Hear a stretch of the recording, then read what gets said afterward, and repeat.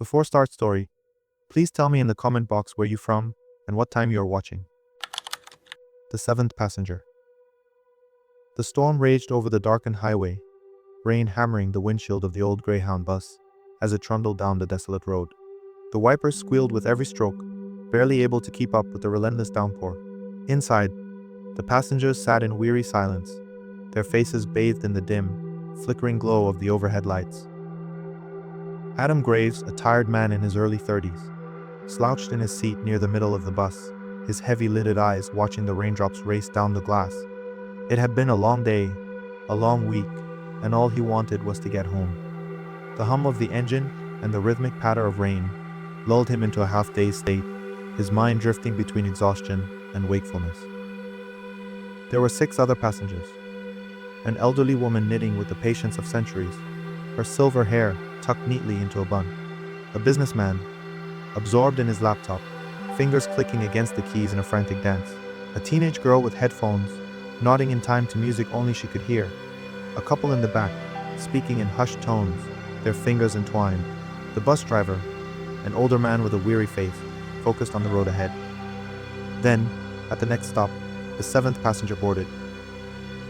The door creaked open with a reluctant hiss, and the cold night air rushed in. A tall figure stepped inside, his trench coat dripping with rain. His hat was pulled low over his face, shadowing his features. He moved slowly, deliberately, his presence sending a shiver through the stale air. No one acknowledged him, not even the driver, whose expression turned rigid as he pulled the lever to close the doors. Adam watched as the man took a seat directly across from him. The air felt heavier. The engine rumbled, and the bus resumed its lonely journey through the storm. Something was wrong. Adam stole a glance at the new passenger. The man's head was tilted slightly downward, but Adam could feel somehow, impossibly, that he was being watched. A slow, crawling dread settled into his stomach. He counted the passengers again. 6. He counted once more. Still 6. His skin went cold. The man was right there. He could see him. Yet when he counted, there were only 6 passengers. He turned to the businessman, the teenager, the couple, anyone to see if they noticed. But they remained unaware, locked in their own distractions.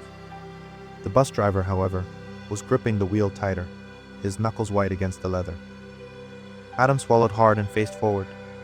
The air grew thick, pressing against his lungs. Every breath felt labored, every second stretched too long. The lights flickered. The rain hammered harder. Then the whisper came. Soft, almost inaudible, but unmistakable. He wasn't supposed to get on.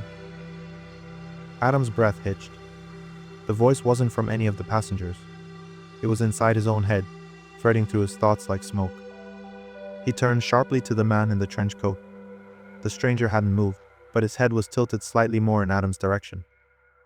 Thunder cracked overhead. The bus rattled violently as it hit a pothole, the jolt forcing everyone forward. The elderly woman gasped, dropping her knitting. The businessman cursed under his breath. The teenager adjusted her headphones. The man in the trench coat did not move, not even an inch. The sense of wrongness intensified. Adam felt his heart hammering against his ribs. His instinct screamed at him to get off the bus. Something was very, very wrong. The driver cleared his throat. Next stop. Everyone needs to get off. The businessman frowned. This isn't my stop. Last stop for the night, the driver said, his voice strained, almost pleading. Everybody off.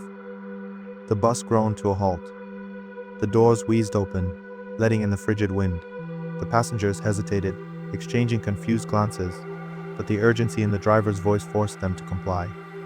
One by one, they stepped into the rain-soaked night. Adam was the last to stand. His gaze flickered back to the 7th passenger. The man remained seated. The doors shuddered as they started to close.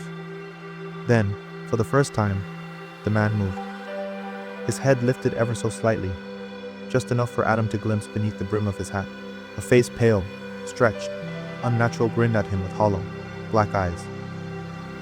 The doors slammed shut. The bus roared to life and sped away into the darkness, its taillights vanishing into the storm.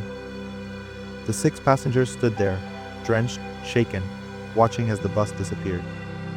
Minutes passed. Then the businessman turned, his voice unsteady. Where's the driver? Adam's stomach dropped. He looked around wildly. The bus had left, but the driver had never gotten off. The rain fell heavier. The wind howled. The road was empty. And somewhere, in the distance, the echo of laughter inhuman, cold faded into the night.